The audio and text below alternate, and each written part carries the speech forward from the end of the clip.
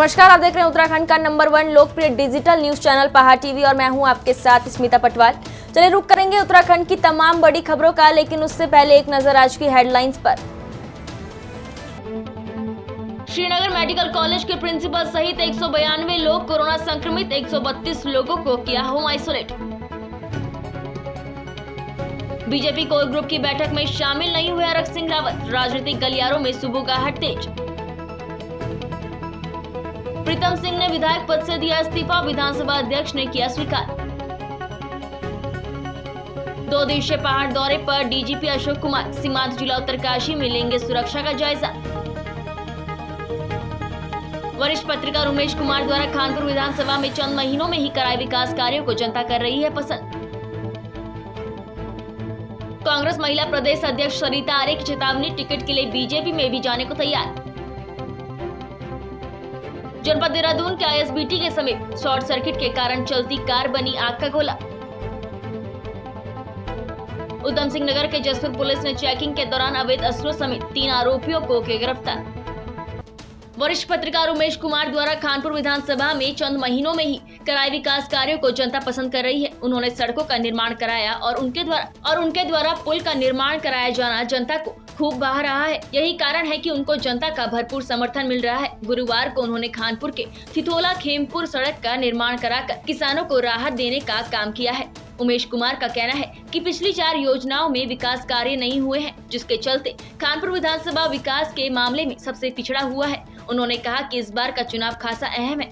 यहाँ की जनता को बेटे और राजा के बीच चुनना है। उनका कहना है कि इस बार खानपुर की जनता अपने विवेक का सही निर्णय लेकर उनको सेवा करने का मौका देगी। वहीं स्थानीय किसानों का कहना है कि गांव के रास्ते को लेकर बड़ी समस्या का सामना करना पड़ता था। गन्ने के सीजन में गन्ने की ट्रैक्टर ट्रॉली को 6 किलोमीटर घूम कर जाना पड़ता था, लेकिन उमेश कुमार को एक बार समस्या से अवगत कराया गया। उन्होंने तत्काल ही 20 दिनों में ही सड़क का सही तरीके से निर्माण करा दिया।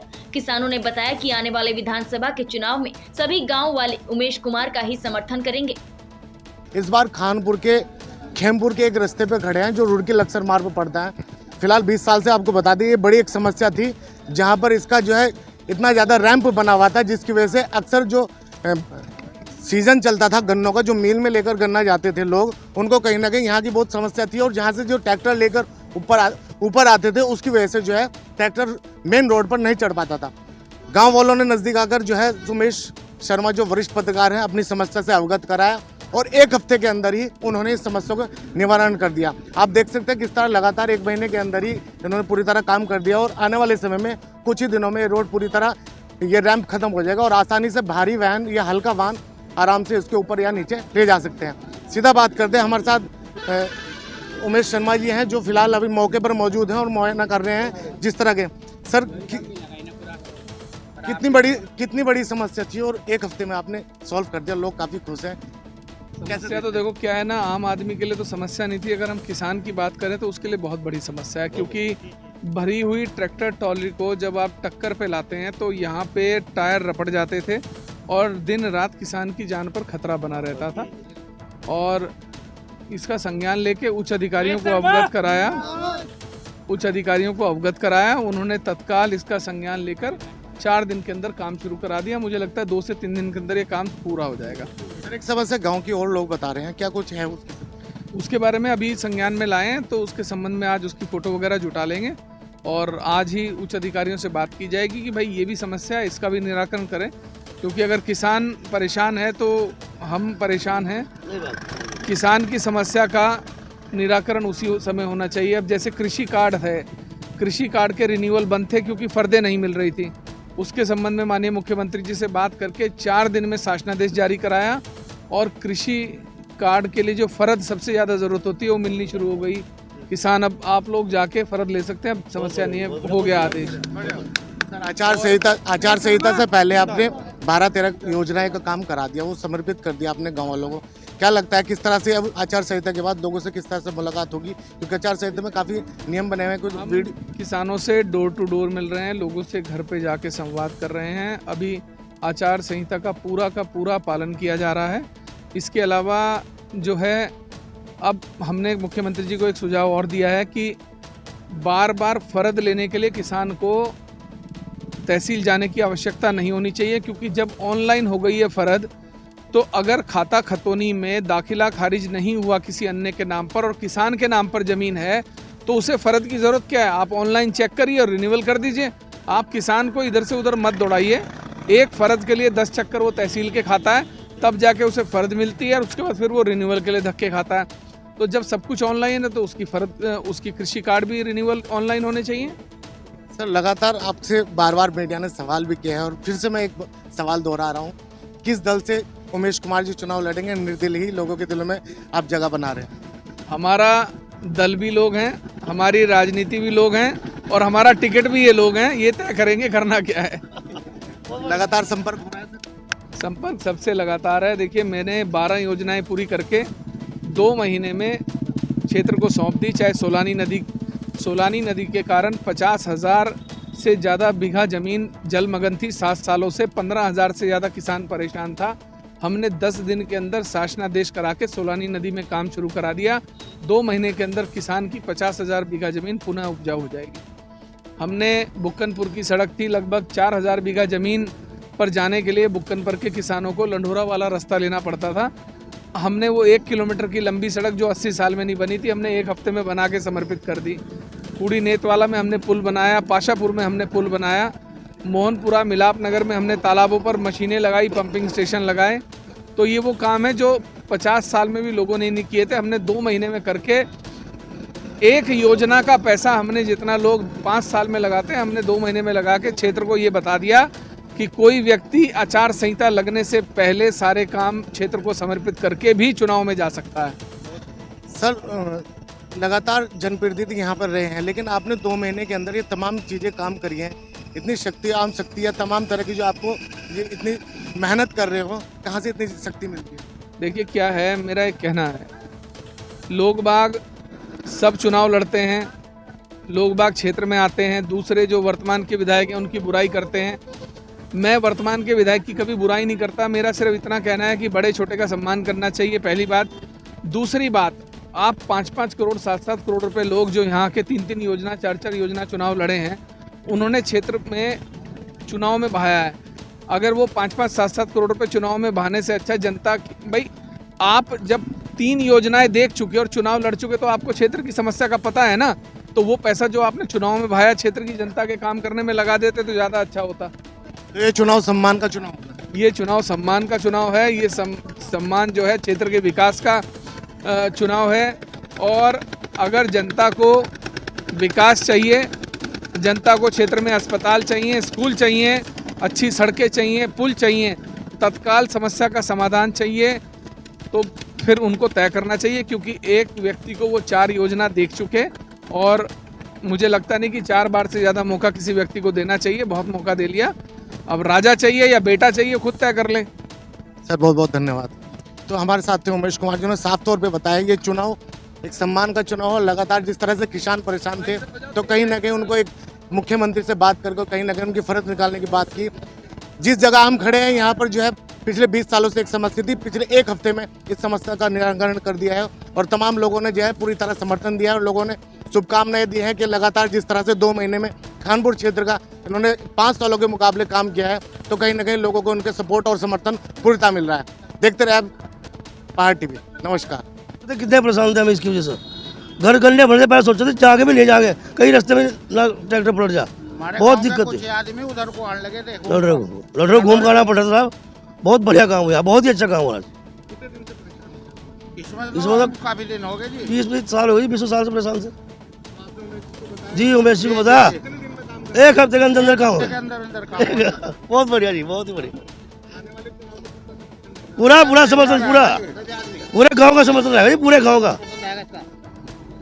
क्या हो गया, हमारे लिए तो बहुत ही समस्या थी। ट्रैक्टर ऐसा खड़ा हो जाया करता था हमारा, जिस टाइम हम यहाँ कुछ चला कर रहे थे, बहुत ही दिक्कत। और रोड ऐसा बन गया था, ऐसा जा रहा घूम को बिल्कुल। हाँ जी, तो समस्या तो रखा कर रहे थे पहले शुरू में, इन्हीं के पास रखी है तो जी। 1 हफ्ते में जी। हाँ जी, बहुत खुश है जी इससे। उमेश शर्मा के साथ रहेंगे, हमारा काम हुआ, ये हमारा जीवन बढ़ रहा था यहाँ से। जीवन ही बचा दिया, सही बात है। जीवन बचा दिया हमारा। उत्तराखंड विधानसभा चुनाव 2022 की तैयारियों और सुरक्षा व्यवस्था का जायजा लेने के लिए उत्तराखंड डीजीपी अशोक कुमार 2 दिन तक सीमांत जिलों का दौरा करेंगे। इस दौरान चीन से लगे अंतर्राष्ट्रीय सीमांत क्षेत्रों में केंद्रीय सुरक्षा बलों के जवानों के साथ भी बैठक करेंगे। कल 15 जनवरी को डीजीपी अशोक कुमार ने उत्तरकाशी जिले के मोरी, पुरोला और बड़कोट सहित चीन से लगते सीमांत इलाकों में पहुंचकर कानून व्यवस्था का जायजा लिया।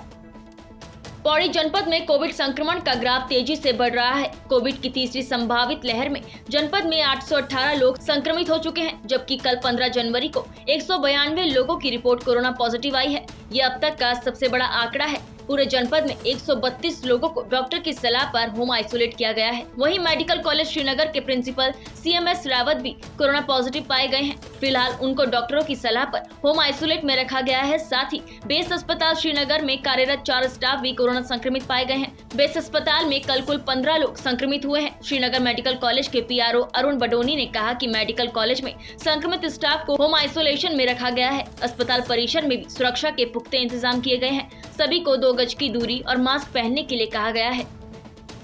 उत्तराखंड बीजेपी की कोर ग्रुप की बैठक कल 15 जनवरी को देहरादून स्थित प्रदेश मुख्यालय में हुई, लेकिन इस बैठक में कैबिनेट मंत्री हरक सिंह रावत शामिल नहीं हुए। यूं तो राजनीतिक रूप से इसे उनकी नाराजगी के रूप में प्रचारित किया जा रहा है, लेकिन हकीकत यह है कि भाजपा संगठन की लापरवाही के चलते हरक सिंह इस बैठक में शामिल नहीं हो पाए। दरअसल भाजपा संगठन की तरफ से हरक सिंह रावत को कोर ग्रुप की बैठक की कोई जानकारी ही नहीं दी गई थी। उधर संगठन का तर्क है कि हरक सिंह रावत से संपर्क किया गया, लेकिन उनसे संपर्क नहीं हो पाया। उत्तराखंड कोर ग्रुप की बैठक में कल हरक सिंह रावत का न पहुंचना चर्चाओं में रहा। राजनीतिक गलियारों में चर्चा है कि इस बार फिर टिकट को लेकर हरक सिंह रावत नाराज हैं, इसलिए वह कोर ग्रुप की बैठक में नहीं आए। लेकिन हकीकत यह है कि भाजपा संगठन की तरफ से हरक सिंह रावत तक कोर ग्रुप बैठक की सूचना ही नहीं पहुंचाई गई थी। हरक सिंह रावत ने यह साफ किया है कि उनको जानकारी नहीं पहुंचाई थी और इसलिए वह बैठक में शामिल नहीं हो पाए। हालांकि इसके बाद प्रहलाद जोशी से उनकी बात हुई है, जिसके बाद वे आगामी बैठक में शामिल होंगे।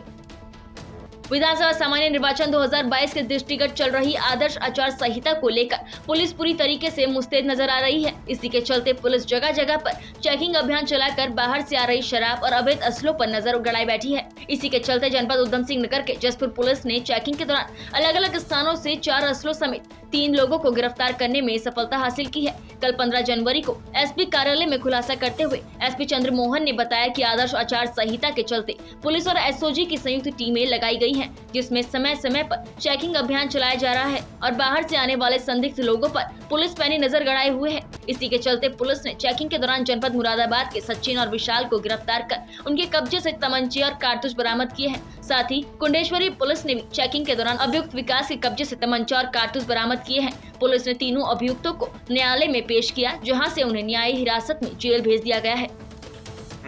काशीपुर और काशीपुर पुलिस की संयुक्त जो अभियान था, इसमें 4 अवैध असले बरामद किए गए हैं। जैसे कि लगातार आदर्श आचार संहिता लागू हो गई और उसके बाद हम लोग लगातार चेकिंग अभियान चला रहे हैं और इसमें अवैध शराब, अवैध अस्त्रों के बारे में जो इसमें कार्रवाई की जा रही। तो इसी संदर्भ में कल भी लोग चेकिंग वगैरह कर रहे थे, SOG और काशीपुर पुलिस। तो इसी में 2 अभियुक्त जो कि सचिन और विशाल, ये मुरादाबाद के रहने वाले हैं, इनसे 3 असले बरामद हुए हैं। एक 315 बोर का, एक 12 बोर का और एक 32 बोर का। तो दोनों ही लोग मुरादाबाद के हैं। ये कहीं बाहर से यहाँ पर असला बेच रहे थे, किसी को देना था, लेकिन इनके जो वहाँ से कोई फ़ोन नहीं आया। फ़ोन के माध्यम से इनको बताना था कि किसको देना है, इसलिए वहाँ डिलीवरी नहीं हो पाई और इससे पूर्व में ही पुलिस ने पकड़ लिया। सर, ऐसे में जबकि 14 फरवरी को चुनाव होने जा रहे हैं, असलों की इस तरह से दूसरे राज्य से खेप आ रही है, तो क्या माना जाए इसे? इसमें हम लोग इनसे विस्तृत पूछताछ कर रहे हैं और वो कौन लोग हैं जो यहाँ पर इस तरह से असला भेज रहे हैं या यहाँ माहौल ख़राब करना चाहते हैं। उनको भी हम लोग इन्वेस्टिगेशन में लाएंगे और बहुत जल्दी उनके विरुद्ध भी कठोर कार्रवाई की जाएगी। उनके नाम भी इसमें हम इनसे पूछ रहे हैं। सर, इनका क्या पुराना भी आपराधिक रिकॉर्ड रहा है? ये अभी संबंधित जो इनका थाना क्षेत्र है, जैसे ये मूडा पांडे और इधर डिलारी थाना, दोनों ही मुरादाबाद के थाने हैं। इनसे हम इनके आपराधिक इतिहास के बारे में जानकारी लेंगे और फिर इनके ऊपर जो भी और कार्रवाई हो सकती है वैधानिक, वो की जाएगी। एक दूसरा मामला यह है कि एक विकास है जो कुंडेश्वरी का रहने वाला है, ढकिया कुंडेश्वरी का, इससे भी जो है 315 बोर का एक तमंचा बरामद हुआ है। तो इसमें भी कार्रवाई की जा रही है कि इनके पास ये कहां से आया। तो 2 अलग अलग मामलों में 4 असले बरामद हुए हैं और इसी के साथ इसमें आगे भी हमारी इन्वेस्टिगेशन जारी रहेगी और इसमें चेकिंग भी हो रही है। सभी से अपील है कि ऐसी कोई सूचना आती है अवैध अस्त्रों के बारे में या कहीं अवैध शराब के बारे में तो इसमें तुरंत जो है थाना, निकटवर्ती थाना, पुलिस चौकी को सूचना देंगे या हमें भी सूचना दे सकते हैं, सीनियर ऑफिसर्स को भी। और किसी भी तरह से कोई भी इस तरह से गतिविधि कहीं पर लगती है तो उसके बारे में सूचना देंगे। उत्तराखंड विधानसभा चुनाव 2022 के लिए मतदान 14 फरवरी को होना है। इससे पहले उत्तराखंड में राजनीतिक घटनाक्रम तेजी से बदल रहा है। इसी के तहत टिहरी जिले में धनौल्टी विधानसभा सीट से निर्दलीय विधायक प्रीतम सिंह पंवार का इस्तीफा विधानसभा अध्यक्ष ने स्वीकार कर लिया है। दरअसल प्रीतम सिंह ने हाल ही में दल बदल कानून के तहत विधानसभा की सदस्यता से इस्तीफा दिया था, जिसके बाद आखिरकार विधानसभा अध्यक्ष प्रेमचंद्र अग्रवाल ने उनका इस्तीफा स्वीकार कर लिया है। आपको बता दें कि उत्तराखंड में हाल ही में निर्दलीय विधायक प्रीतम सिंह पंवार ने भाजपा का दामन थामा था, जिसके बाद से ही दल बदल कानून के तहत उनकी विधायकी पर खतरा बना हुआ था। इसी कड़ी में आम आदमी पार्टी ने भी विधानसभा में जाकर दल बदल कानून के तहत उनकी विधायकी खत्म करने की मांग की थी। हालांकि इसके तहत औपचारिकताएं पूरी करने में विधानसभा को काफी समय लगा, लेकिन इससे पहले ही निर्दलीय विधायक प्रीतम सिंह पंवार ने इस्तीफा दे दिया, जिसके बाद विधानसभा के अध्यक्ष प्रेमचंद्र अग्रवाल ने भी इस्तीफे को स्वीकार कर लिया है।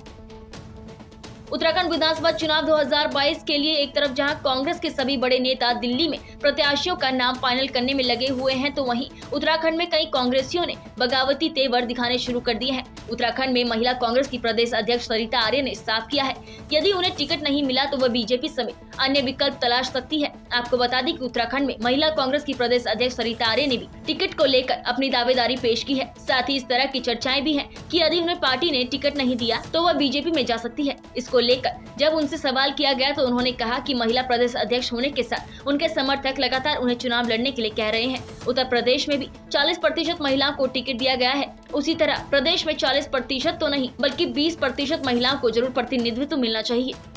अरे भैया, ये तो मैं देखिए, ये तो उनका अपना सोचना है। मैं तो एक बातें रख रही हूँ आपके माध्यम से, और नहीं तो मैं अभी आप ही के माध्यम से कहना चाहती हूँ कि अगर टिकट देगी तभी जाऊँगी, नहीं तो ठीक है, थैंक यू। सबके लिए मांग रही हूँ, मैं अपने लिए भी मांग रही हूँ, महिलाओं के लिए भी मांग रही हूँ। देखिए, महिलाओं की जो लिस्ट दी है। नहीं, क्या बीजेपी में जा सकती हैं आप? जी, बीजेपी अगर टिकट देती है तो आप बीजेपी में जाएंगी? हाँ, बिल्कुल जाऊँगी। कल आपकी क्या बातचीत हुई? नहीं, ये तो देखिए मेरी कोई अभी बातचीत नहीं हुई है। मैंने बातें रखी हैं, अपनी बातें मैसेज दिया है कि मैं कांग्रेस की सच्ची सिपाही की तरह अभी तक लगी हूँ। देखिए, मुझे अगर यहाँ से इग्नोर किया जाएगा तो फिर हम मजबूर हैं अपने लिए। हर कोई स्वतंत्र है, मेरी सारी बहनें स्वतंत्र हैं। मैं तो अपनी बहनों को भी कोई दबाव नहीं डालूंगी। हर कोई बहन स्वतंत्र है। अगर यहाँ से महिलाओं को इग्नोर किया जाएगा तो मेरी बहनें स्वतंत्र हैं। तो इसीलिए तो कह रही हूँ, क्योंकि महिलाएं भी फिर अपने लिए, अपने हित के लिए सोचने के लिए मजबूर हो जाएंगी। महिलाओं को रोकना मेरे लिए बड़ा मुश्किल हो रहा है इस समय। हर महिला मेरे से कह रही है कि अगर आप यहाँ से टिकट नहीं दिला सकती हैं तो मैं जा रही हूँ। तो कब तक मैं किसको रोकूं? क्योंकि देखिए, हर कोई स्वतंत्र है, लोकतंत्र है, अपने लिए हर कोई स्वतंत्र है। जगतगुरु शंकराचार्य स्वामी राजराजेश्वर आश्रम को एक अजीबोगरीब धमकी वाला पत्र मिला है। पत्र की भाषा हिंदी है। पत्र में जो धमकी दी गई है वो कविता के रूप में लिखी गई है। पत्र के अंत में तालिबान लिखा गया है। जगतगुरु शंकराचार्य स्वामी राजराजेश्वर आश्रम को धमकी भरा पत्र मिलने के बाद पुलिस सक्रिय हो गई है। आनन फानन में हरिद्वार पुलिस ने मुकदमा दर्ज कर लिया है। इसके साथ ही धमकी भरे पत्र की जांच शुरू हो गई है। हरिद्वार सीओ सिटी शेखर सुयाल ने बताया कि पत्र पोस्ट से आया है, ये किसी की शरारत लग रही है, लेकिन पुलिस धमकी भरे पत्र को फिर भी हल्के में नहीं ले रही है। पुलिस ने तत्काल मुकदमा दर्ज कर लिया है। जल्द ही मामले का खुलासा किया जाएगा। ऐसा है कि ये पहले भी मुझे पत्र जो है मिला था, और ये तालिबान का की ओर से उन्होंने पत्र दिया है। और मुस्लिम आतंकवाद से सारा विश्व परेशान है, और मैं चूँकि प्रारंभ से हिंदुत्व के विषय को लेकर देश भर में बोलता रहा हूँ, तो इसलिए उनके संज्ञान में ये आया होगा कि इस तरह के व्यक्ति को रास्ते से अलग करने के लिए उसे धमकाया जाए, डर जाए, बंद कर दे। लेकिन पहले भी पत्र के बाद मैंने अपने जो सिद्धांत और दर्शन है, हिंदुत्व है, उस पर मैंने अपनी बेबाक टिप्पणी पहले भी रखी थी। और भी कितने भी पत्र मिले, कितनी भी धमकियाँ मिले, उससे मेरे जो हिंदुत्व और राष्ट्रवाद का जो एजेंडा है वो नहीं समाप्त हो। और मैं उतनी ही प्रेरणा से, और यदि मारा भी जाऊंगा तो कोई दिक्कत नहीं है, हमारे यहाँ तो पुनर्जन्म है। उन लोगों के यहाँ पुनर्जन्म नहीं है, उनको चिंता होनी चाहिए। हम तो आज अगर कुछ हो गया तो कल फिर जन्म ले लेंगे, इसलिए ये कोई घबराने वाली बात नहीं है। और साधु को तो मौत से और उससे कोई घबराने का विषय ही नहीं है। मैंने तो केवल ये इस पत्र की जानकारी पुलिस को दी, वहाँ से आप सब लोगों को पता लग गया। तो मेरा तो कहना है कि हिंदुत्व इस राष्ट्र की आवश्यकता है, और इसलिए हिंदुत्व के प्रश्न पर अब जब हमने भगवा कपड़ा पहन ही लिया है, बलिदान का प्रतीक, अगर बलिदान हो जाता है तो कोई बात नहीं। मुझे कब मिली? पत्र मिला और उसमें उन्होंने ये कहा है कि जितने भी ये हिंदू धर्म के नेता हैं जो हुए हैं, इन्हें हम अपने पैर की जूती समझते हैं, और हमारे जो आदर्श हैं वो इस्लाम के जो मान्यताएं हैं वही हमारी कट्टर आस्थाएं हैं। हम तालिबानी हैं, हम कुछ भी कर सकते हैं। मुझे आप जगत गुरु हैं। और आतंक उत्पन्न करना समाज में, अपने एजेंडा को उनका आगे बढ़ाना, हिंदुओं को डराना, हिंदू धर्माचार्यों को डराना, ये उनका लक्ष्य है। 2022 विधानसभा चुनाव को देखते हुए अब जिला प्रशासन और पुलिस फोर्स शांतिपूर्ण मतदान करवाने के लिए पूरी तरह से अलर्ट हो गया है। वहीं जनपद उधम सिंह नगर के जसपुर में अपर पुलिस अधीक्षक काशीपुर उप जिलाधिकारी जसपुर के नेतृत्व में अधीनस्थों और पहला मिलिट्री फोर्स के जवानों द्वारा विधानसभा में फ्लैग मार्च किया जा रहा है, जिससे कि मतदाता शांतिपूर्ण और भयमुक्त वातावरण में अधिक से अधिक मतदान कर सके। वहीं कोतवाल जसपुर जगदीश देवप्पा ने बताया कि पूरी पुलिस फोर्स के साथ फ्लैग मार्च निकाला गया है, ताकि शहर में किसी प्रकार की कोई ऐसी घटना न हो जिससे आचार संहिता का उल्लंघन हो सके। और अवैध शराब पर, अवैध नकदी पर विशेष ध्यान दिया जा रहा है, और कोई भी अगर आचार संहिता का उल्लंघन करता पाया गया उसके खिलाफ कार्रवाई की जाएगी। कर्णप्रयाग विधानसभा में कांग्रेस के टिकट के लिए शीर्ष नेतृत्व को काफी माथापच्ची करनी पड़ रही है। कांग्रेस के प्रदेश महामंत्री और उत्तराखंड चिन्हित राज्य आंदोलनकारी के केंद्रीय अध्यक्ष हरिकृष्ण की दावेदारी से कर्णप्रयाग सीट और हॉट हो गई है। कांग्रेस से टिकट के लिए हरिकृष्ण भट्ट भी प्रबल दावेदारों में से एक है। हरिकृष्ण भट्ट के समर्थकों का कहना है कि यदि हरिकृष्ण भट्ट को टिकट मिलता है तो पार्टी भारी मतों से विधानसभा चुनावों में जीतेगी। चुनाव को लेकर दिनेशपुर में पुलिस प्रशासन पूरी तरह से मुस्तैद दिखाई दे रहा है। इसे लेकर दिनेशपुर में बीएसएफ और पुलिस ने मिलकर पूरे शहर में फ्लैग मार्च निकाला। इस दौरान लोगों को आचार संहिता, कोरोना गाइडलाइन सहित मतदान के लिए जागरूक किया। आपदा के 1.5 साल बीतने के बाद भी अभी तक विकासखंड मुंसियारी के गोरी नदी पर बनी घरूरी गांव को जोड़ने वाली पुल नहीं बन पाया है। आए दिन घरूरी के ग्रामीण जौन हथेली में रखकर ट्रॉली से नदी पार कर रहे हैं, जिससे कभी भी हादसा होने की संभावना है। क्षेत्रीय विधायक हरीश धामी के द्वारा सड़क से लेकर सदन तक बात रखने के बाद भी सरकार ने अभी तक कोई सुध नहीं ली है। ग्रामीणों ने लकड़ी के सहारे ताल लगाकर अस्थायी पुल बनाया है। वहीं बगल में बनी ट्रॉली किसी भी वक्त हादसे को न्योता दे सकती है। वहीं क्षेत्र के सामाजिक कार्यकर्ता उमेश धामी से मिली जानकारी के मुताबिक उन्होंने बताया कि गोरी नदी पर बनी ट्रॉली 2020 की आपदा में बह गई थी, जिसके कारण विधायक हरीश धामी के पहल के बाद एक अस्थायी पुल बनाया गया था, जो 2021 की आपदा में बह गया। अब ग्रामीणों के आवागमन के खतरा बना हुआ है। प्रतापनगर विधानसभा के सिलोड़ा में सड़क न होने के चलते ग्रामीणों को भारी दिक्कतों का सामना करना पड़ता है। अब विधानसभा चुनाव नजदीक आते ही ग्रामीणों ने रोड नहीं तो वोट नहीं का आंदोलन छेड़ा हुआ है। वहीं ग्रामीण कई बार विधायक से गुहार लगा चुके हैं, पर आज तक सड़क नहीं बन पाई है। 2022 विधानसभा चुनाव को शांतिपूर्ण ढंग से संपन्न कराने के लिए अल्मोड़ा जिले के थाना सल्ट में एसओ सल्ट गोविंद सिंह मेहता के नेतृत्व में ज्वाली खाल, संसी खाल, मोले खाल आदि स्थानों में सल्ट पुलिस, आईटीबीपी के जवानों ने फ्लैग मार्च निकालकर जनता को सुरक्षित निर्वाचन का संदेश दिया। इस फ्लैग मार्च में पुलिस ने जनता से आदर्श आचार संहिता का पालन करने की अपील की। के मद्देनजर आज हमने आईटीबीपी की कंपनी के साथ सल्ट, मोले खाल, संसी खाल में फ्लैग मार्च किया, जिसमें मतदाताओं को आगामी चुनाव में 14 फरवरी को निर्भीक होकर मतदान करने एवं मतदान के दौरान कोरोना महामारी के दृष्टिगत सोशल डिस्टेंसिंग एवं मास्क की पालन करने हेतु उनसे अपील की गई। जनपद देहरादून के आईएसबीटी के पास एक कार अपने गंतव्य की ओर जा रही थी कि अचानक चलती कार में लगी आग देखकर कार चालक कार को सड़क पर खड़ी कर उतर गया। कार देखते ही देखते जलकर राख हो गई। कार में आग की सूचना लोगों ने पुलिस और फायर सर्विस को दी, लेकिन फायर सर्विस की गाड़ी आने से पहले ही कार जलकर राख हो चुकी थी। पटेल नगर क्षेत्र की घटना होने के कारण पटेल नगर थाना पुलिस सूचना पाकर मौके पर पहुंची, जिसके बाद पुलिस द्वारा घटना की जाँच शुरू कर दी गयी। आपको बता दें कि कार सवार व्यक्ति पूरी तरह से सुरक्षित है। कार में शॉर्ट सर्किट के कारण आग लगने की संभावना जताई जा रही है। आम आदमी पार्टी द्वारा कल 15 जनवरी को विकासनगर विधानसभा के लिए अपने पहले चुनावी कार्यालय का उद्घाटन किया गया, जिसमें पार्टी प्रत्याशी प्रवीण बंसल और दिल्ली से आई टीम ने विधि विधान के साथ पूजा अर्चना कर कार्यालय का रिबन काटा। आम आदमी पार्टी ने भरभटपुर में अपने चुनावी कार्यालय का उद्घाटन किया है। जैसे कि हम लोगों का कार्यक्रम सबसे पहले नंबर पे चल रहा है, हमारी जीत भी पहले नंबर पे ही, हमें वोट भी पहले नंबर पे ही मिलेंगे इस क्षेत्र में, और हमारी पार्टी भी उत्तराखंड में पहले नंबर पे। चुनाव प्रचार किस तरह कर पाएंगे, जैसे अभी कोरोना का दौर है, ऐसा में क्या आपको रहने वाला है? देखिएगा, जो हमें अपनी नीति आम आदमी पार्टी की नीति घर घर तक पहुँचाए। हम लोगों की जो टीम है, हम लोगों के जो कार्यकर्ता है, वो डोर टू डोर जा रहे हैं, डोर टू डोर प्रचार कर रहे हैं।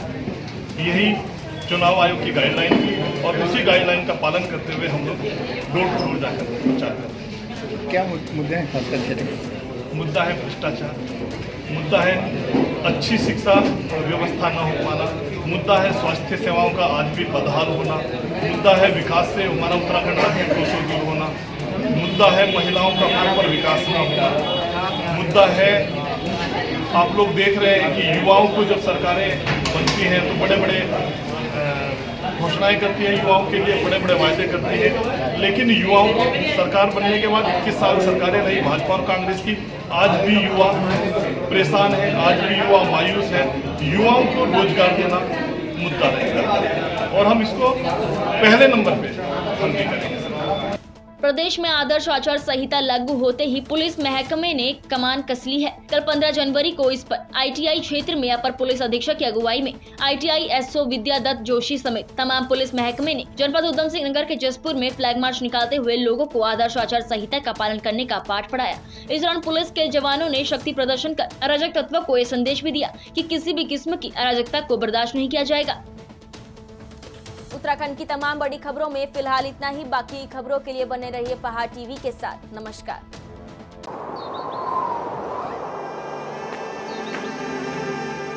है बेखौफ उम्मीद का रंग।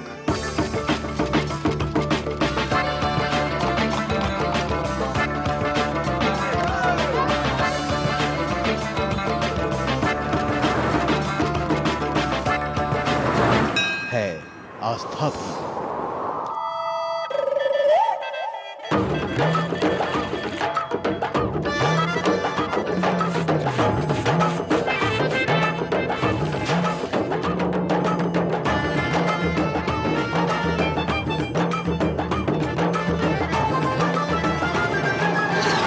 ये है मेरा उत्तराखंड।